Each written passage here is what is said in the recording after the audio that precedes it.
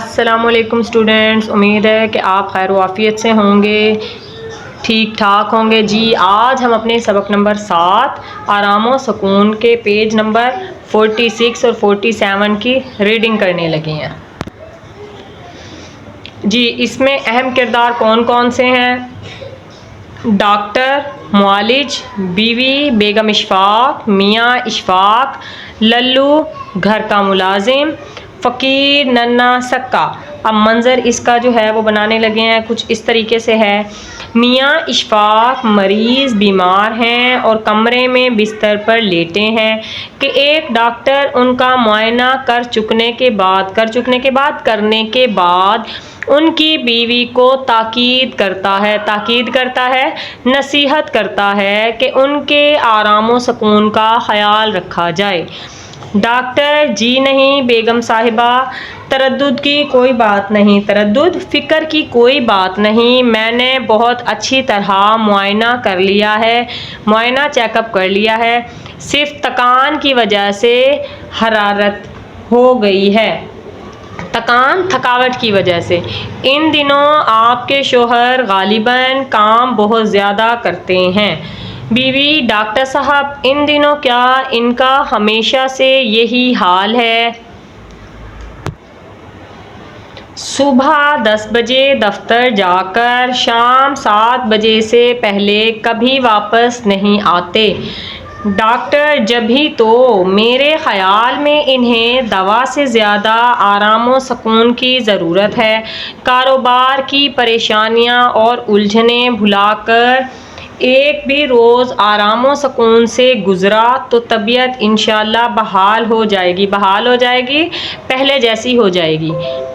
بیوی: 20 مرتبہ کہہ چکی ہوں، 20 دفعہ کہ اتنا کام نہ کیا کرو، نصیب دشمنا یعنی اپنے نصیب کے دشمن، صحت سے ہاتھ دھو بیٹھو گے مگر خاک اثر بالکل اثر نہیں ہوتا، ہمیشہ یہی کہہ دیتے ہیں۔ کیا کیا جائے؟ ان دنوں کام بے طرح زوروں پر ہے، بے طرح بری طرح یا بہت زیادہ۔ ڈاکٹر: ہر روز تھوڑا وقت آرام و سکون کے لیے نہ نکالا جائے تو پھر بیمار پڑ کر بہت زیادہ وقت نکالنے کی ضرورت پڑ جاتی ہے۔ بیوی: یہ بات آپ نے انہیں بھی سمجھائی، انہیں بتایا؟ میں نے کہا سن رہے ہو ڈاکٹر صاحب کیا کہہ رہے ہیں؟ میاں: ڈاکٹر جی ہاں، میں نے سمجھا کر اچھی طرح تاکید کر دی ہے کہ دن بھر خاموش لیٹے رہیں، بالکل کسی سے بات نہیں کرنی۔ بیوی: تو تاکید کیا میں نہیں کرتی؟ تاکید بار بار کہنا، نصیحت کرنا، مگر ان پر کسی کے کہنے کا کچھ اثر بھی ہو؟ ڈاکٹر: جی نہیں، ابھی انہوں نے مجھ سے وعدہ کیا ہے کہ پورے طور سے مکمل طور پر میری ہدایات پر عمل کریں گے۔ بیوی: اور دوا کس وقت دینی ہے؟ ڈاکٹر: جی نہیں، دوا کی مطلق بالکل ضرورت نہیں، بس آپ صرف ان کے آرام و سکون کا خیال رکھیے، غذا جو کچھ دینی ہے میں لکھ چکا ہوں۔ بیوی: بڑی مہربانی آپ کی۔ ڈاکٹر: تو پھر اجازت، بیوی فیس میں آپ کو بھجوا دوں گی۔ ڈاکٹر: اس کی کوئی بات نہیں، آ جائے گی۔ بیوی اونچی آواز سے پکار کر: ارے للو، میں نے کہا ڈاکٹر صاحب کا بیگ باہر کار میں پہنچا دیجیے، باہر کار تک لے جانا۔